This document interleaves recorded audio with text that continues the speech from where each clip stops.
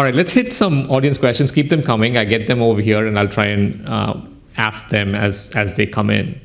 Here's one. How do you define performance for a board beyond reading the content, showing up in the meetings? How do you measure performance?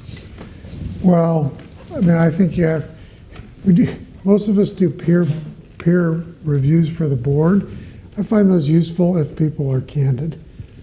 A lot of times it's chummy enough that they're not as candid as they should be. I think it would be helpful if we could get feedback from management and have them review board members and how useful they see our inputs. I think that's really good. I also think that you can, if our meetings are shorter and more full of discussion, I like to balance how much of that meeting was presentation versus how much of it is discussion. Yep. Now, if discussion is just a bull session, that's not helpful, but I think boards are more mature than that. But when 90% of the board meeting is presentation, I think you're not effective. 100%. So I think that's one measure to look at. Yeah, I'd underscore that, especially today, more discussion, less presentation. I think having an active board refreshment ongoing is very important for boards these days. I think it used to be transactional. You kind of recruit one director, you replace one director. I think having a really holistic board refreshment process is super important and a sign of a high-performing board. I think looking at how the board is doing on against sort of strategy and more predictive, more forward learning, like dividing your time and your mind into thinking how much time are we dealing with past issues and current versus how much time are we dealing with the future is just a rough measure I think about. It's not a fancy KPI. Yep. But I think if you look at your board time and you look at your board agenda, most of us are pretty weighted in either past or current and probably not enough weighted in future. And I think having healthy tensions. Are we getting to the issues under the issues in a professional and constructive way? If every meeting is smooth and comfortable and we aren't, sometimes getting butterflies in our stomach for how we're moving forward on things, again, not really scientific, but a rough measure of maybe we're not getting into some of the kinds of discussions and issues we need to. No, makes a lot of sense. This amount of time that you spend on it and the talent that you put on it is absolutely vital. Yeah. Here's a question that's in the current mindset, and it's a difficult one around disruptions. No difficult question. I warned you before I asked it. How would you advise the board of Boeing, given what they're going through now? It's a tough one. Wow. How much time do we have? I'd say, start doing your job. I mean, you read about this news recently about how much the executives were using the planes, and that was going unreported. And look, I don't know. I'm not there, but the press. I've been in the press enough to know that the press isn't always right, but at least when I'm reading about the press in Boeing, it just seems like it was not minding all of its P's and Q's, and I would if I were on that NomGov committee, I would say, who are we missing? This is crisis mode. Who do we add that's gonna, really make us better? It feels to me like they got the wrong people doing not enough. But that's an outsider's view from just reading the newspaper. It's a fair question, but it's a hard question. It's a hard question. Because having been in so many crisis situations, I find myself hesitant to criticize, because when you're in the midst of the storm, I have a lot of scars. On the other hand, there seem to be some pretty easy pickings. I'll just take an easy one, that it's one of the most difficult challenges of any public company, is the balance between short-term and long-term. And I think we'll all struggle with that. Hitting numbers, quarterly guidance, is the bane of a public company's existence. And if you look at some of the pressures, apparently, that Boeing felt and succumbed to on speed, in processing, on hitting targets, on producing to manufacturing, it looks like at the expense of some things. It's easy to stand here and throw stones, but how many of us are struggling with companies in that tension between hitting those short-term targets and hitting long-term targets and disappointing investors? I mean, there aren't a lot of CEOs that are going to survive. So I think I don't excuse anything there. I'm just saying it is an opportunity for boards to discuss those tensions between short-term, long-term. We can all, I mean, we all say safety is important, but how do you live it? How do you make it beyond a platitude? We talk about, we all have helplines, we all say whistleblowers, but do we celebrate them? Do we have parties for people who bring bad news forward? Do we actually acknowledge people who stop the line, who pull the plug? Like, those are ways that, you know, you live it and not just talk about it. So I think, I mean, I feel it, but it's tough. It's a tough one. And I think we talk about strategic disruption. Every company is going to have something go wrong. Yeah. There's going to be a recall, you know, in the food space or in the home space. I've had recalls at both the companies. That's a big thing. What's the tabletop exercise for that crisis management? Have you been through that already? If you've been through that, I think you're much better prepared to deal with what is always going to be a hard situation. You know, was there a tabletop exercise for if a door, how do you respond when a door blows off an airplane or something goes into the wing flap or whatever it is?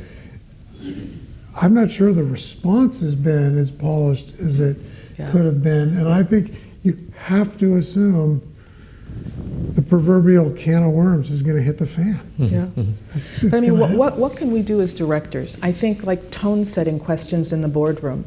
I mean, I really believe this. When if we get reports and they're too clean, I don't feel good about that. Yeah, yeah. So as a director, we should be asking, like, no, what's going on there? You know, if reports are too clean, whether it's audit reports, compliance helpline reports, whatever you're reporting up on, I think directors should celebrate bringing stuff up, because it does set a tone with the management team and the CEO to say, we want to see the big hairy stuff. You know, bring it up. Don't, you know, I don't like the phrase, well, I have something to report, but I have good news. Yeah. No. Like, let's talk about the bad news. Let's talk about the bad news. Let's talk about what went wrong. Let's make it okay for management. You know, we can't be a gotcha board. If you have a gotcha board, then you got a gotcha management team. If you got a gotcha management team, then we wonder why people down in the organization won't bring things up. So I do think there's a way as directors as to how we ask questions, as to what we want to see. And again, it's not about liability. We want to be tagged with things. That's not what I'm saying. But we want an environment where bad news first, difficult news first, problems that you find in internal audit.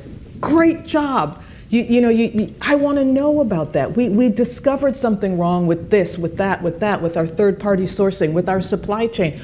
Bring it forward. Don't start every board report, well, I got some bad news, but I really have good news I'm going to talk about. No, bring an environment where we want people to report up. We want people to talk about it. Call it a helpline, not a hotline. I mean, all these little organizational cues, I think, go a long way. Well, I think how a board reacts. I mean, you all have slides in your board deck with green, yellow, and red circles on them, or checks, or whatever it is.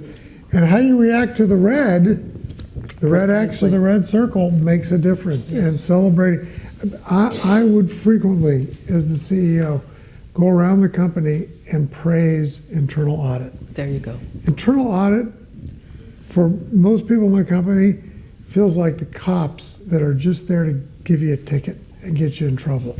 And I would say, internal audit is your friend, because if you're doing something wrong or inefficiently and they find it today, it's much better than finding it tomorrow.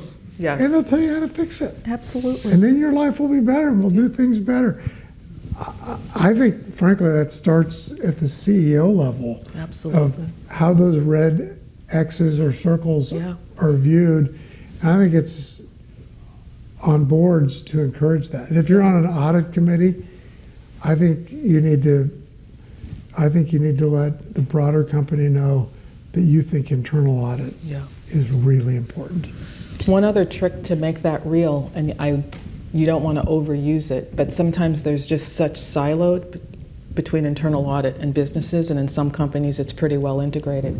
But when you sometimes as an audit committee have a really bad audit, or it's a repeat issue, and it's in a business function, having the business leader present to the audit committee along with internal audit can be a really powerful both message on how important it is, but also like an accountability tool that we really do care about this, and we want to understand not just the functional perspective, but what is going on in the business that causes this issue to keep happening.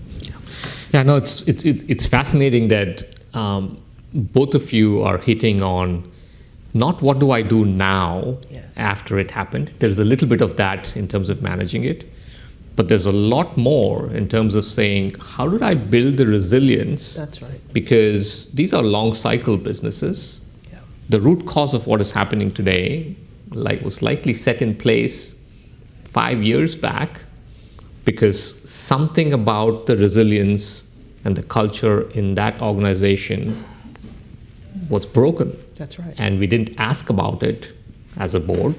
We didn't force it. And how do I keep doing that on an ongoing basis? Yes. And I think that's really the vital That's takeaway right. as I listen to you. And almost, I would say, I don't know about you, but almost the majority of root cause analysis, just like any incident, there's usually between, I think science says, 7 to 10 things that go wrong to create a crisis. And when you look back, multiple people knew about it. So in almost any root cause analysis I've seen, you look at it and you go, okay, this had to go wrong, this had to go, but there were multiple opportunities to catch it sooner in the process. So understanding the resiliency in the organization to build, why didn't someone feel empowered to speak up, or why didn't someone see it or connect those dots, or what is it in our culture that said it's okay, we just need to move on? Was it a pressure? Was it? So I think understanding that and making those discussions around how do we undo of those 7 things that could have gone wrong. If we would have got 2, 3, or 4 right, the crisis wouldn't have happened. That's right. Right? That's right. Yeah. And there's an audience question that relates to it, an easier one this time. Oh, good, thank you. What suggestions do you have to incorporate robust board evaluations and individual director evaluations? And I think what you're talking about is exactly that. If you had that in place and those evaluations worked, they would have asked the right questions, the right culture would be in place. So rather than, it's the butterfly effect again, can I go back and have robust evaluations? What might those be? Yeah, what I've found is diversity. And what I mean is doing things differently. Sometimes a board will have a board evaluation process that's worked the same for multiple years. And what I found helpful, maybe a little uncomfortable, but you change it up. So on some of my boards, for example, the chair of NomGov will lead the evaluation and interview directors individually. On some of my boards, it might be the lead director. So what I've incorporated sometimes is, we'll alternate, because sometimes you might just get a different answer depending on your relationship with that person. Then you might consider doing a third party, every few years. I don't believe you have to do it every year. You have a really thoughtful written evaluation process, but accompanied by an interview live process. And then the third piece is actually giving boardroom time to discuss it, to discuss what might not have been said or what might have been intended, kind of sideways in the conversation, but it's amazing when you give it air time, it actually will come out and people will kind of give you the granularity behind their comment. So I think it's triangulation. It's not relying on a paper process, it's not relying on an interview, but it's like the combination of kind of that rich, alive process really can bring out helpful things. And then the final piece is tracking it. So we got all these great advice. I know all of you kind of sometimes amazed that, well, we said that a year or 2 ago. Why aren't we hitting that? I actually make it part of the agenda of the Nom-Governance Committee, a tracker of those evaluation comments, and then we come back and check every 6 months. Are we doing it? Did we do it? We said we wanted more discussion and less presentation. Are we doing? You know, so we actually track and hold ourselves accountable for the recommendations that were made. I also think that looking at the scores, and usually they're anonymous, but there's usually one outlier, and it's often the newest person on the board, because they haven't realized that, they're a little bit of a harder grader than the rest of us who may be giving gentlemen C's or whatever it is. And so I think if there's an outlier in there, that's worthy of having a discussion. And I also think it's great and to just ask the new directors, what do you think? You've come in and you're in this, we're established, we're doing the things the way we do it. You've been to 2 meetings, what should we do differently? New directors are really good at giving feedback on that. Because they want to add value. Yeah. And they haven't yet Yeah. gotten soaked into what is already there, right? So it takes a little time for that to happen. Well. No, fantastic.